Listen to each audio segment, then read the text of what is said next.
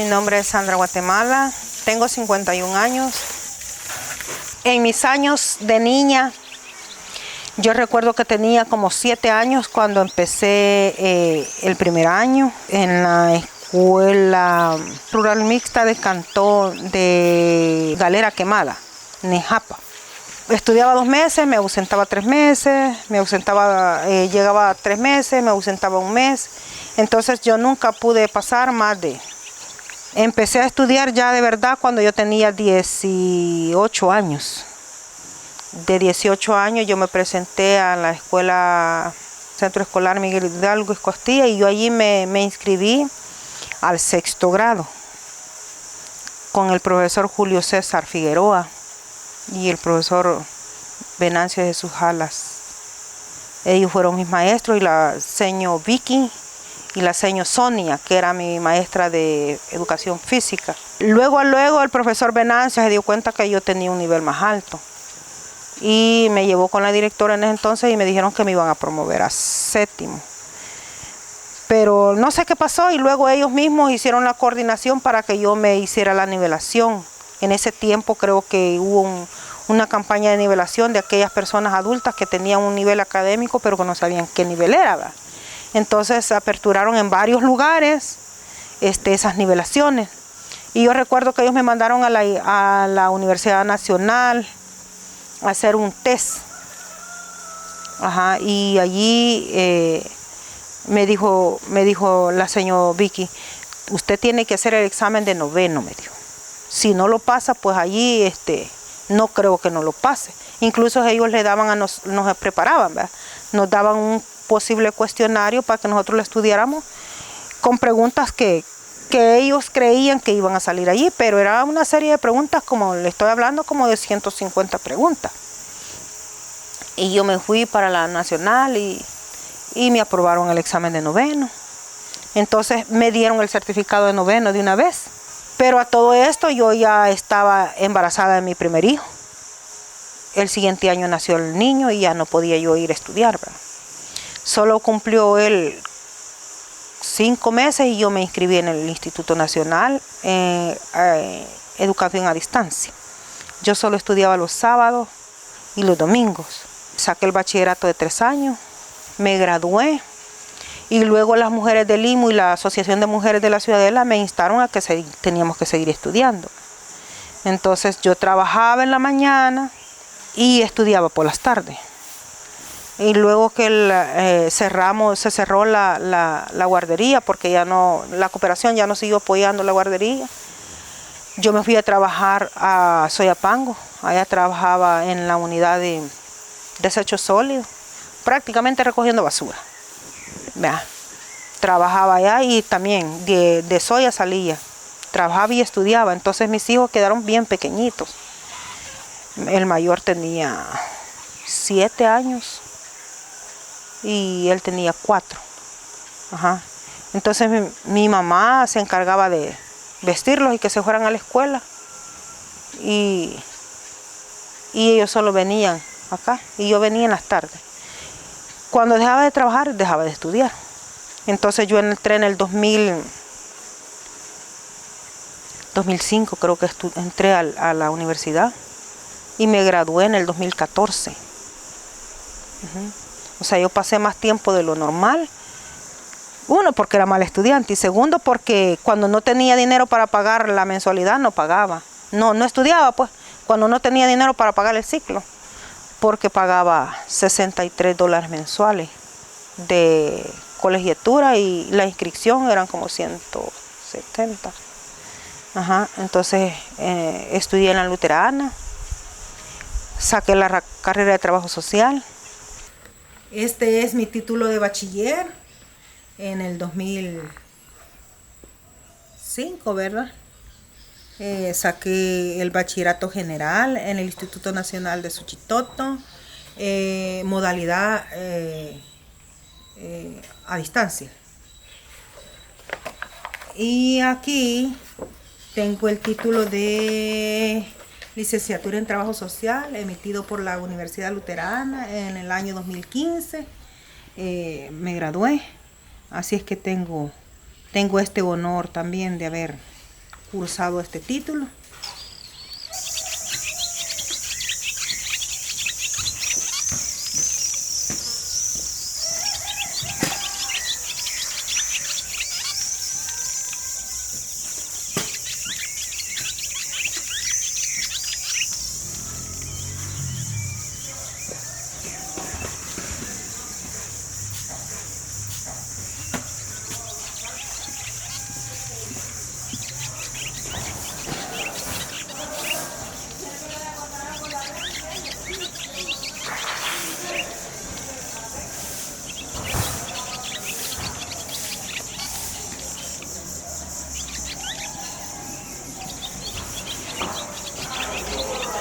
Desde muy chica me gustaba mucho el atender personas, no necesariamente la salud, sino ayudar a las personas en lo que se pudiera, ¿verdad?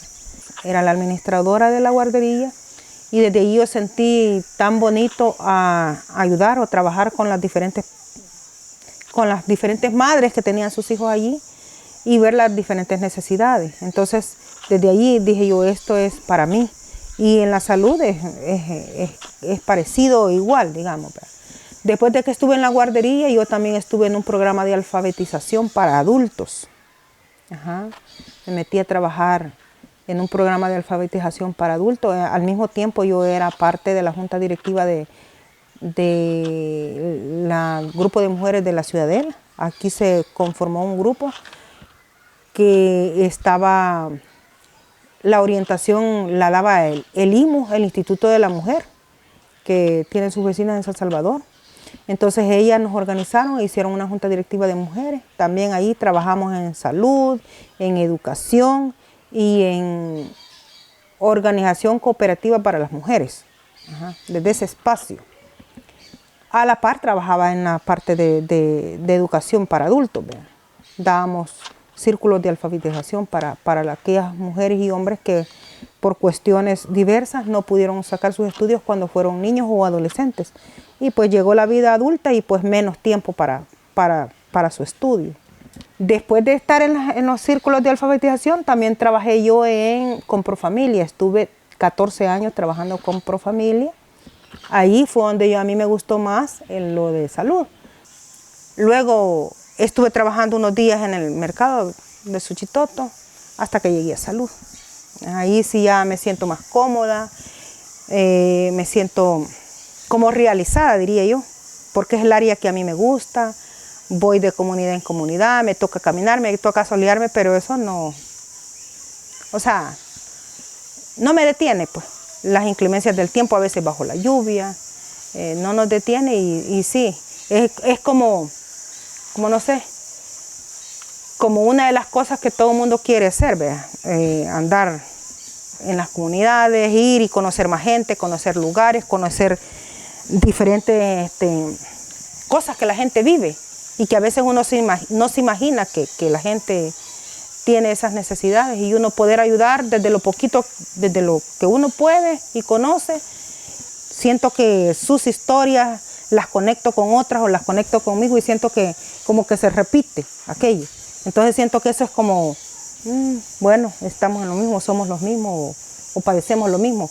A veces con diferente espacio, diferente tiempo, diferentes momentos, pero al final es lo mismo. Entonces eso, estar con las personas, convivir con ellos, conocer sus historias, contar historias que uno ha conocido es como sentir que somos los mismos. Así lo siento yo.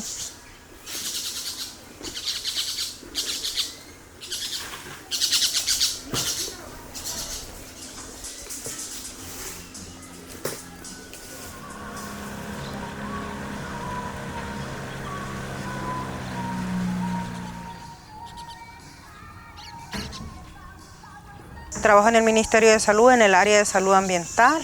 Mi trabajo es verificar condiciones higiénicas de establecimientos tales como sistemas de agua, centros escolares, CBI, instituciones que se dedican a brindar salud, como clínicas odontológicas, laboratorios clínicos, farmacias, clínicas de encamados o no encamados, entre otros, así como hoteles, hostales y lugares donde se hospedan personas, lugares de atención a personas tales como balnearios, y entre otros. Las visitas que hago en el día es, voy, por ejemplo, al lago, yo voy a ver las piscinas. Por ejemplo, voy a hacer mediciones de cloro en las piscinas, a ver la turbidez del agua de las piscinas, a ver el pH de las piscinas, a ver la señalética de piscinas, a ver que estén marcadas la profundidad, las normas de uso de las piscinas, los reglamentos generales que uno debe de ver,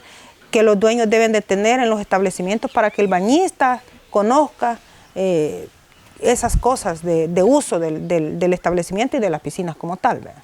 Entonces vamos a las piscinas, también vamos a ver comparación de cloro, ver si el agua de consumo tiene cloro, eso es lo que vamos a ver. A veces vamos a ver los desechos sólidos porque en el Puerto San Juan a veces no llega todos los días el tren de aseo y a veces tienen acumulación de 2 o 3 días los desechos ahí y eso también genera contaminación y genera también la proliferación de muchas plagas, ¿vea? Entonces eso vamos a ver y algunas veces que también nos toca sacar muestras de ella, ya sea microbiológicas o físico-químicos en el agua de consumo o en este caso el agua del agua que también sacamos para vidrio cólera o para ver si hay metales pesados en el agua. Esta muestra es para determinar si hay vidrio cólera en el agua del lago. Esta se saca una vez cada 2 meses y es para determinar la cantidad de metales pesados que tiene el agua. Bueno, esta se llama muestra de agua superficial.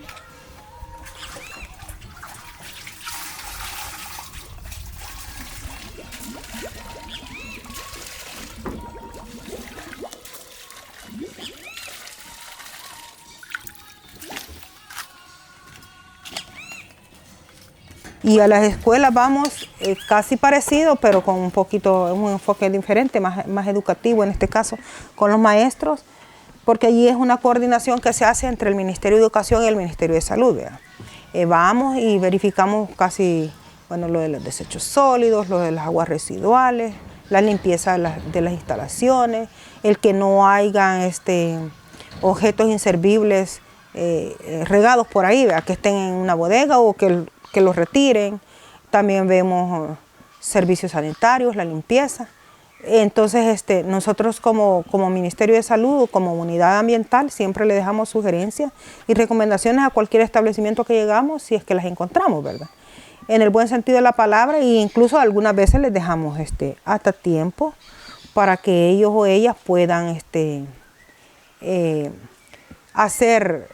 tener tiempo suficiente para hacer las correcciones que hayan que hacer.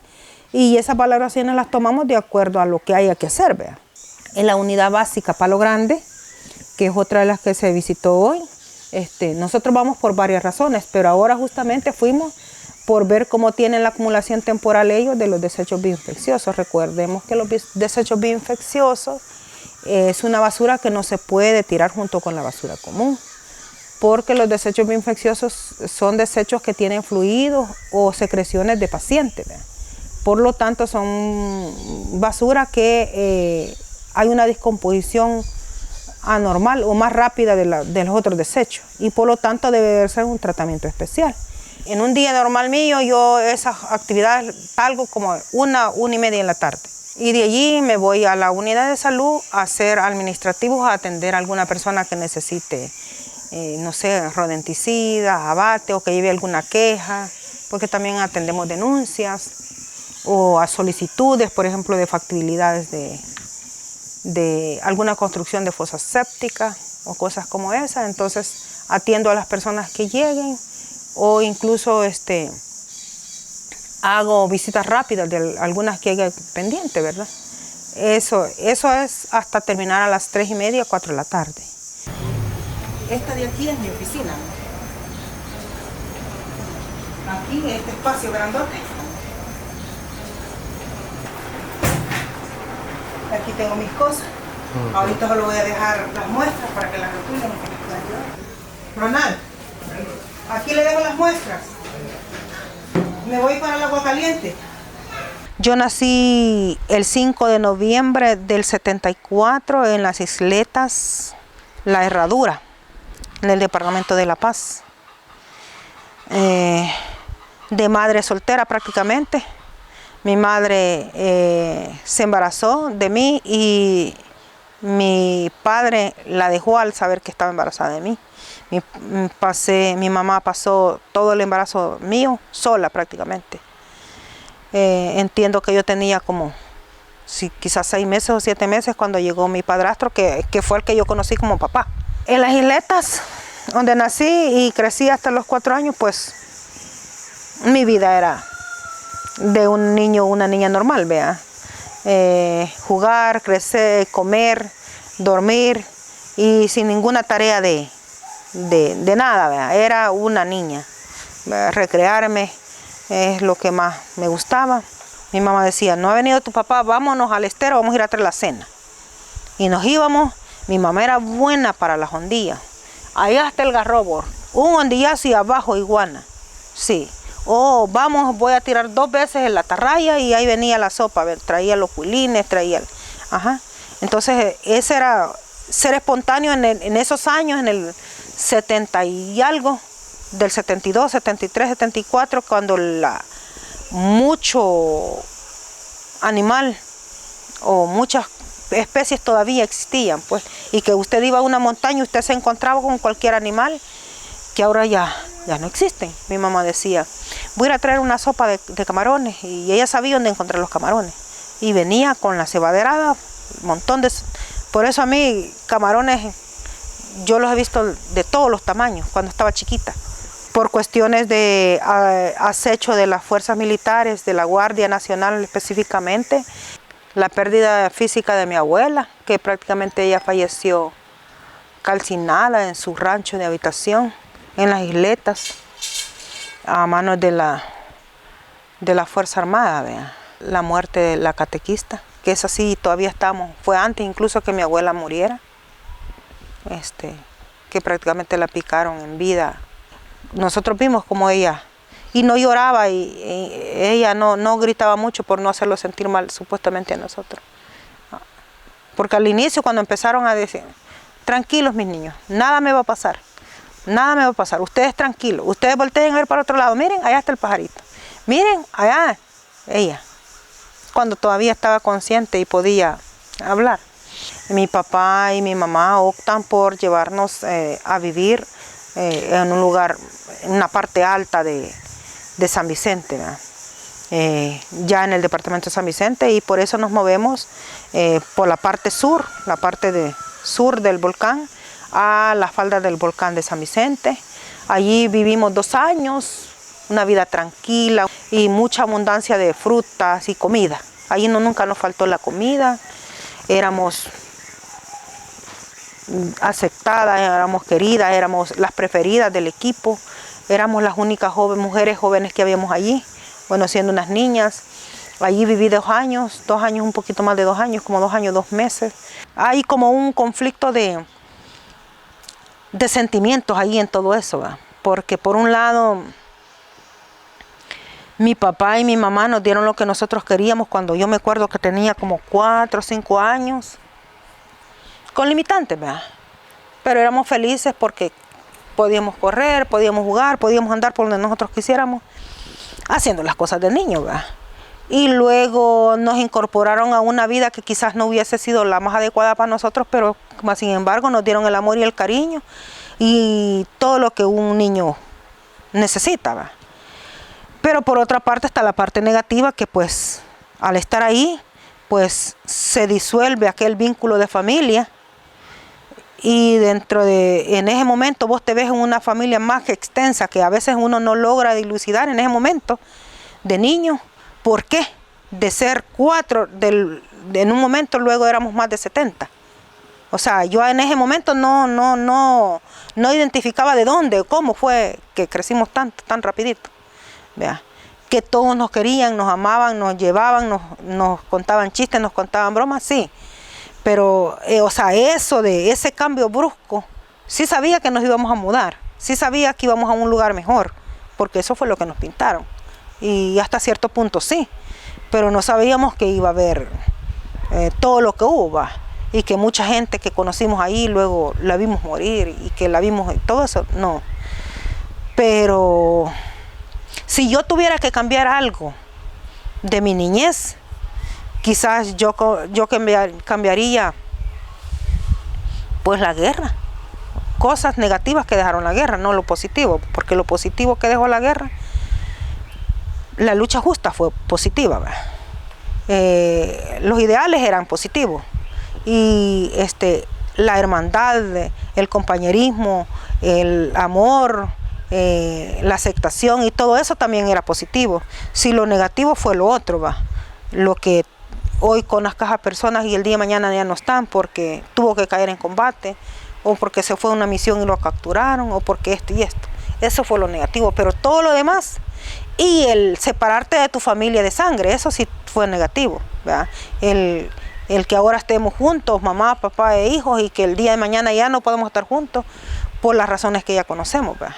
Porque unos tenían que andar en las líneas de fuego y el otro tenía que estar allá porque era una carga o porque era muy delicado o muy peligroso que estés en este lugar. Entonces esa separación es lo que no fue bueno, y eso quizás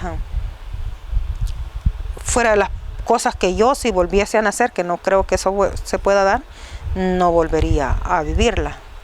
En el cerro siempre nos educaban a nosotros, vaya, ustedes no pueden andar libres, no pueden jugar, y sí jugábamos adentro de los tatús. O sea, nosotros si queríamos hacer juegos de estar jugando de hacer bulla, por ejemplo, de hacer escondeleros que uno siempre celebra cuando te encuentro, ¿va? O de jugar con muñecas, o de jugar cosas así, que casi nunca jugábamos a eso, pero que un niño siempre anda gritando, corriendo y haciendo, entonces siempre lo hacíamos metidas en un hoyo, ¿ya? Porque afuera no lo podíamos hacer. Desde allí a nosotros sentíamos que habían cosas que no podíamos hacer afuera, que en un hoyo sí las podíamos hacer, por decir algo. Entonces nosotros, desde ahí nos fueron diciendo, vaya, usted tiene que conocer a toda la gente que habíamos aquí. Yo me podía los nombres de todos y cada uno de los que habían ahí. Y, por ejemplo, si usted mira personas o oye voces o oye esto, es alguien que no nos quiere y que viene a hacernos daño. Solo cosas así. Nosotros sí mirábamos las armas, pero no teníamos permiso a tocar. O sea, sí veíamos las armas. Sí veíamos que cada uno de ellos estaba sentado y que a la par tenía su arma, pero no teníamos permiso a tocar. Y ni a estar preguntando, porque habían veces que la tropa llegaba cansada a descansar y era el momento donde ellos tenían que descansar. Entonces, si ves que está acostado o está recostado, por ejemplo, o sea, nosotros no preguntábamos, porque no teníamos permiso a preguntar. Solo cuando nos estaban dando la educación sí podíamos preguntar. Y nos decían si ven, oyen bulla o huelen algún olor que no... Porque a nosotros nos enseñaron que un olor de cigarro, por ejemplo, es que alguna persona anda cerca. Y si ustedes saben que fulano y fulano, que son los que fuman, no están aquí, es alguien más que anda por ahí que está fumando. Ajá. O oyen una bulla de la que ustedes no han hecho, porque las más bullistas éramos nosotros. Oyen una bulla de las que ustedes no han hecho, entonces eso enseña que alguien anda por ahí. Entonces ustedes tienen que informarlo. ¿Y a quién le vamos a decir? Ah, fulano de tal. Siempre nos decían a quién. Entonces, después que nos dijeron, vaya, van a hacer ruido, van a haber unos ruidos bien fuertes y que te van a dejar sorda, pero eso es normal, después se te va a quitar. Pero ustedes cuando oigan esos ruidos, ustedes inmediatamente tienen que tenderse y empezar a caminar como que son lagartijitas. Entonces nos enseñaron a caminar como que éramos garrobos, solo con las manos y con los pies, así, tendidas en el suelo, haciendo la mínima bulla posible, porque siempre en el suelo hay hojas o piedras o cosas o palitos secos. Entonces cuando uno va caminando así a gatas, digamos, o así tendido, siempre no es por demás que no quiebre un palito, o no hayan hojas secas que hagan mucha bulla. Entonces nos enseñaron a eso. Entonces cuando ustedes oigan una bala, nosotros ya nos enseñaron que era la bala, y que eso mataba, pero que nosotros no teníamos derecho, no teníamos permiso a andar a saber de eso, sino que eso era malo y que eso lo hacían para matar a la gente mala, y que nosotros cuando escucháramos eso teníamos que tenderlos al suelo y si ustedes decían, si ustedes oyen el eco de la bala y oyen que aquí se oye más como un eco y aquí se oye más como que se va perdiendo, entonces la bala salió de este lado. Entonces ustedes tienen que ir para el lado contrario, no caminar para allá, sino caminar para el lado contrario donde salió la bala. Entonces ustedes tirarse al suelo y ponerse en retirada, pero a gata, sobre la tierra. Entonces así nos enseñaron y nosotros aprendimos de que las balas mataban, ¿vea? Eso. Entonces así nos enseñaron y así aprendimos, quizás como a los 6 años, casi los 7. Vamos a llenar la ficha sanitaria. ¿No está bien?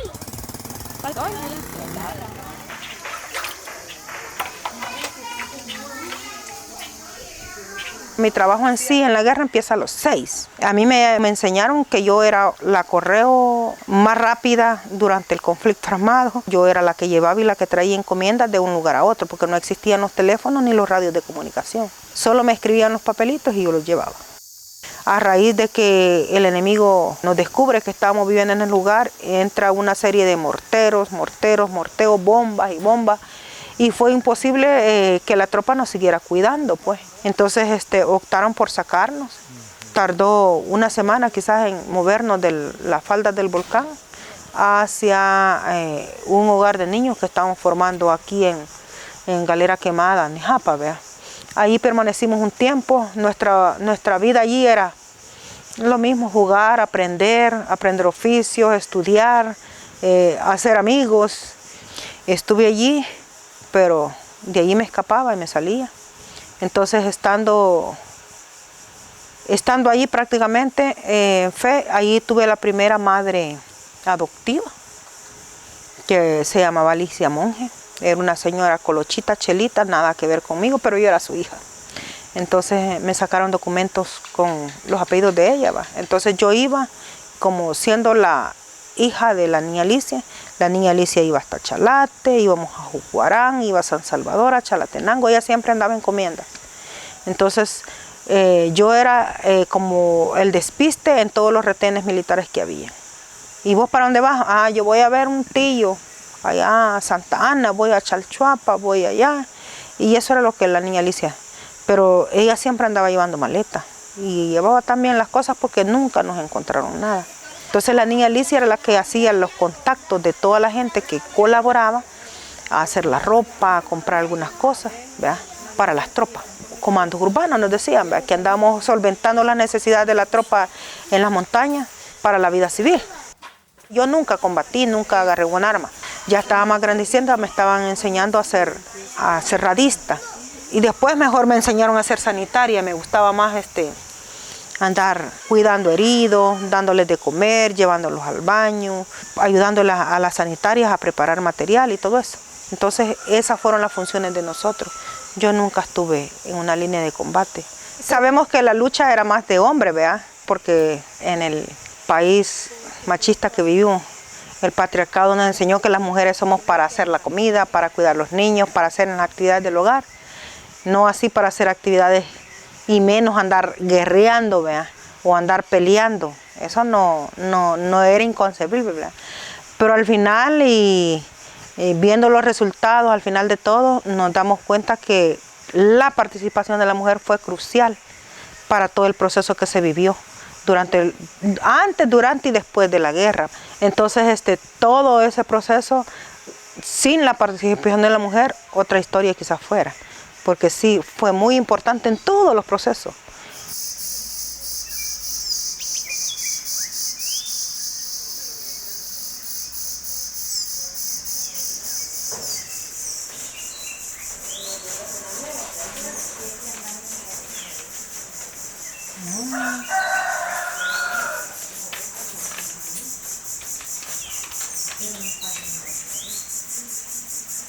Después de la desmovilización en el 92, nos insertamos a la vida civil, nos quedamos aquí y nosotros empezamos a ver cómo construíamos las casas. Y todas las casas o las champas que construimos primeramente, todas se hicieron con apoyo de todos. O sea que había una cantidad de recursos naturales que, como bien decimos, los seres humanos somos depredadores y empezamos a cortar la mejor madera, las mejores árboles para armar las champas o las casas, ¿verdad? Las mejores casas estaban como más altas y las casitas más sencillas eran más chiquitas como un ranchito, digamos. Pero al inicio eso fue lo que hicimos, empezar a construir viviendas, a construir casas, hacer los plancitos en la tierra, ¿verdad? Aquí está desnivelado, hagamos un murito, hagamos eso, para nivelar la tierra y hacer la casita ahí, buscar las mejores, y comprar los plásticos para hacer las paredes y los techos. Entonces ya era una vida, empezar a ver cómo íbamos a comer. Entonces empezó a venir la ayuda humanitaria, porque como aquí todos éramos excombatientes o familias de los excombatientes, que si bien es cierto habían andado de lugar en lugar igual, ¿verdad? Tampoco tenían recursos, habían veces que algunos venían solo con la ropa que andaban puesta, más nada, no traían más nada. Entonces de aquí, y lo otro que empezamos a hacer es a ver cómo la tropa o cómo los que habían salido de las montañas empezaban a tener documentos personales, porque ninguno tenía ni cédula en ese tiempo, mucho menos algunos estaban registrados en las alcaldías, porque muchas alcaldías en el periodo de la guerra fueron quemadas. Entonces algunos, ¿cuántos años tenés? Yo digo que tengo tanto, pero poneme de tanto, o sea, allí hasta se valía quitarse o ponerse un par de años más, porque las alcaldías fueron quemadas, entonces nadie iba a dar fe de eso, ¿va? Y algunos papás o abuelos habían muerto, pues no sabían. Entonces esa fue otra tarea que hicimos, empezar a construir las casas y empezar también de entrada nomás. Yo recuerdo que con Don Fito, donde está la primer salón de la escuela, ahí se construyó la primera escuela al aire libre, así le llamamos nosotros. Era un palo así como el que está viendo la Nimirtala, con tamañas ramas extendidas, y ahí abajo habían hecho banquitos de bambú y allí se recibían las clases. Ajá. Entonces también empezar a educar a la gente, ¿va? Y fueron personas que salieron de las montañas las que empezaron a llamar niños, mujeres, hombres que no sabían leer para enseñarles a leer. Entonces esas fueron como de las primeras actividades, a buscar líderes en la comunidad, porque cuando inmediatamente se empezó a armar a champa, empezaron a venir los militares y empezaron a hacer preguntas y así, ¿verdad? Entonces se buscaron los líderes en las comunidades, aquellos que sentíamos nosotros que eran así como duros, y para que ellos atendieran a los militares. Entonces los militares, ya cuando se armó como el equipo de respuesta, digamos, porque así le llamamos el equipo de respuesta, el que iba a responder preguntas, si venían periodistas, si venía quien viniera, o quien recibía las donaciones, cuando venían donaciones ellos los recibían, e igual, todo se cocinaba en comunidad. Habíamos conseguido unos peroles grandes, se hacían las peroladas de arroz, el poco de tortillas, los frijolitos que nunca faltaban, huevitos cuando había y cuando no, pues solo así. Y ahí se cocinaba y luego a las 12 estaba la ración de cada uno. ¿Vea?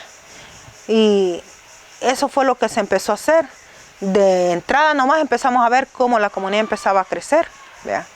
Ya le dijimos a la niña Concha, que por ahí está la señora, le dijimos, vaya, usted va a ser la organizadora y usted va a decidir a dónde va, si viene más gente, a dónde van a armar las champitas aquí para allá. Porque luego sabíamos de que cada quien se iba a querer hacer dueño del pedazo, ¿va? Y así pasó. Entonces,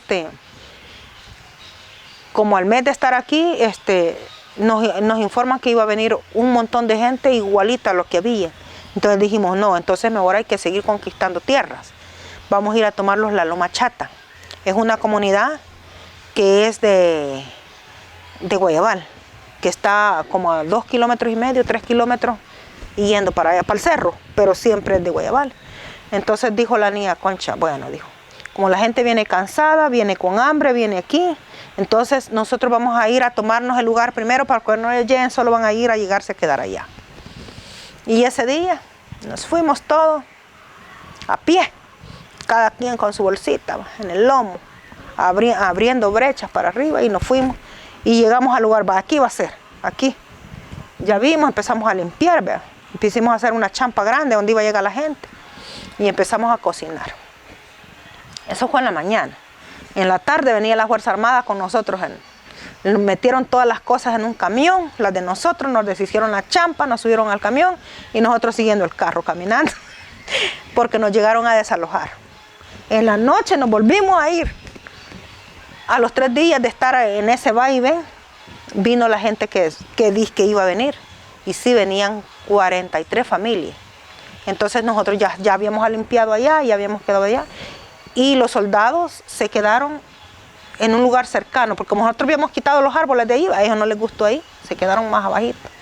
Entonces cuando la gente llegó, eran 43 familias más nosotros. Entonces ellos dijeron, nos vamos a ir de regreso porque ya han dejado solos, ya se vinieron para acá. Y ellos se vienen para acá, los militares.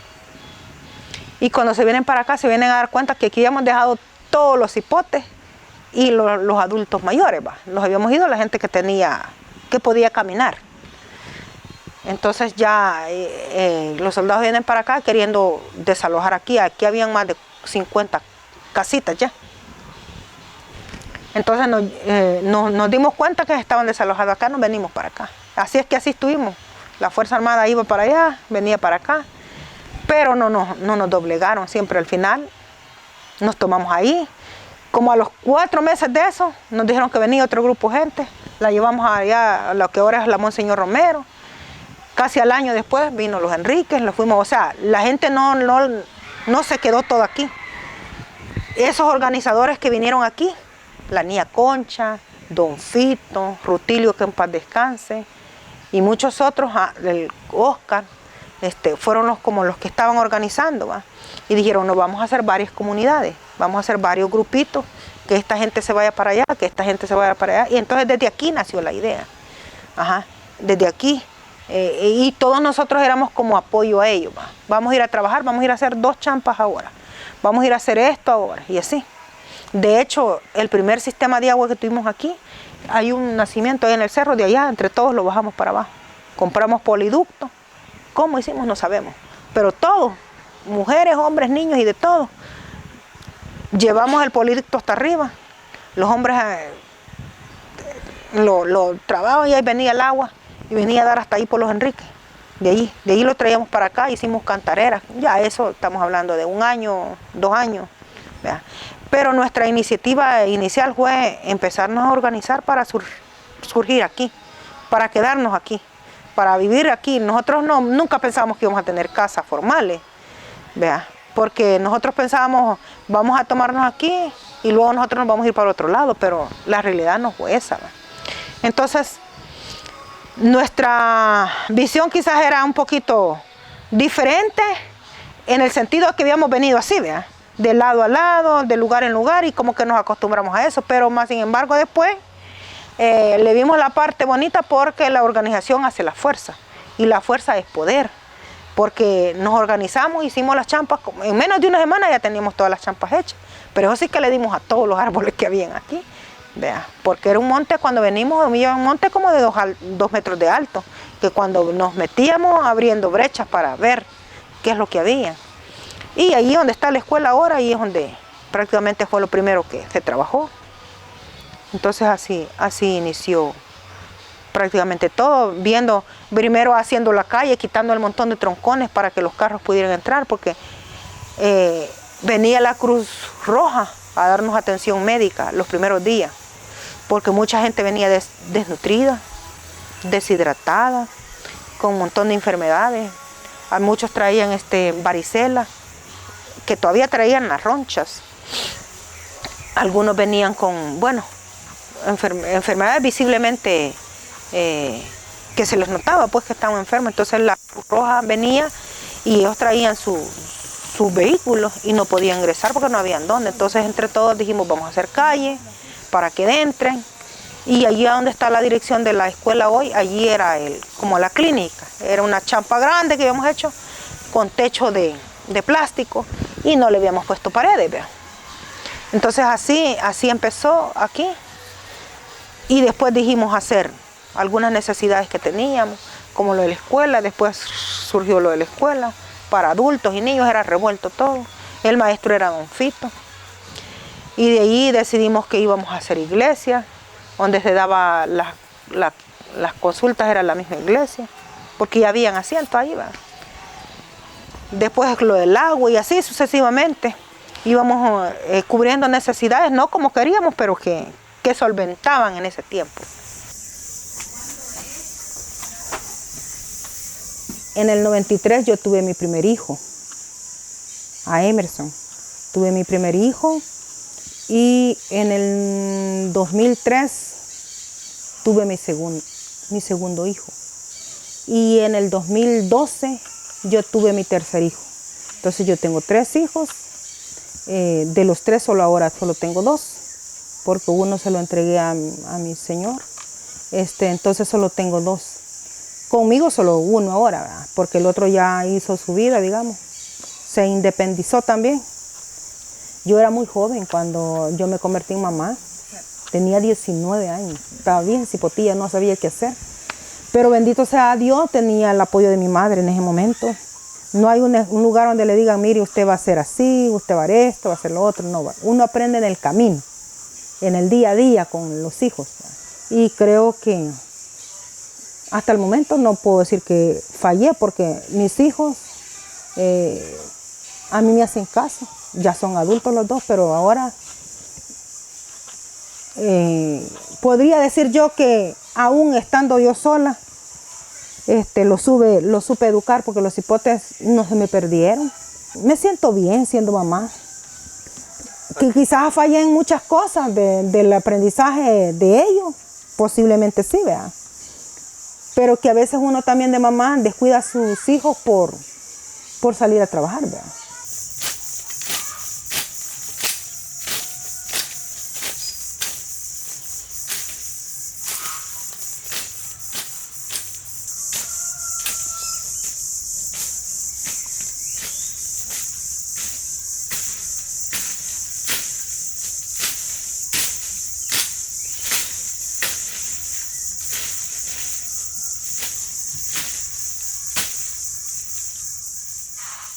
Sandra Guatemala es madre y empleada, ¿verdad? Pero también trabajo en la organización de las comunidades, ¿verdad?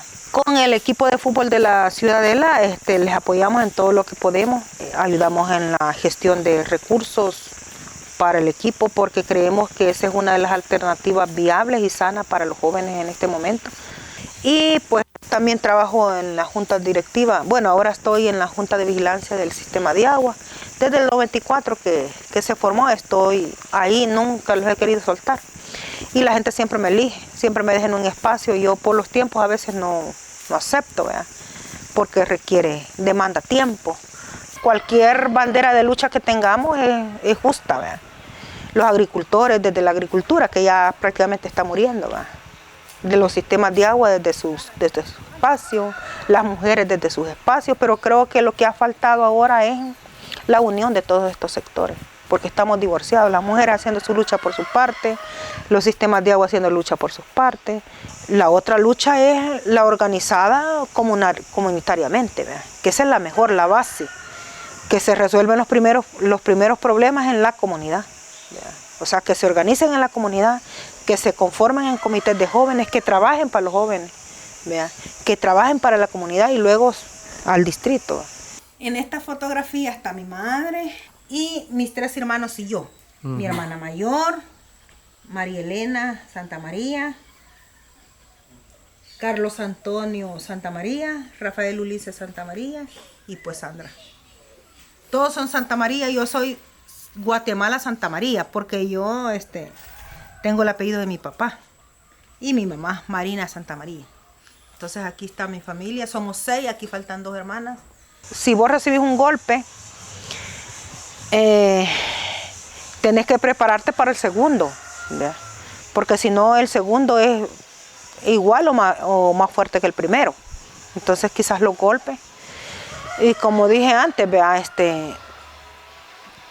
Todos podemos hacerlo, pero como que los golpes te enseñan a aprender que si hoy te caíste en este lugar, pues el día de mañana o rodeas o das un paso diferente al que diste la primera vez, porque si no te vas a volver a caer. Y si te volves a caer, hay de ti si te vuelves a levantar o te quedas ahí. Vea, muchos se quedan ahí después del primer golpe, pero muchos se levantan y vuelven a empezar. Y dicen que no hay mejor cosa que equivocarse y volver a empezar, ¿verdad? Mientras haya generación van a haber problemas y van a haber desigualdades. O sea, mientras hayan ricos van a haber pobres. Mientras hay un opresor va a haber un oprimido, y eso es así. Entonces, en la medida que podamos ayudar a que esas brechas sean cada vez menos evidentes, estamos ayudando al proceso de lucha y hemos venido a esta vida a servir de algo, pues vean.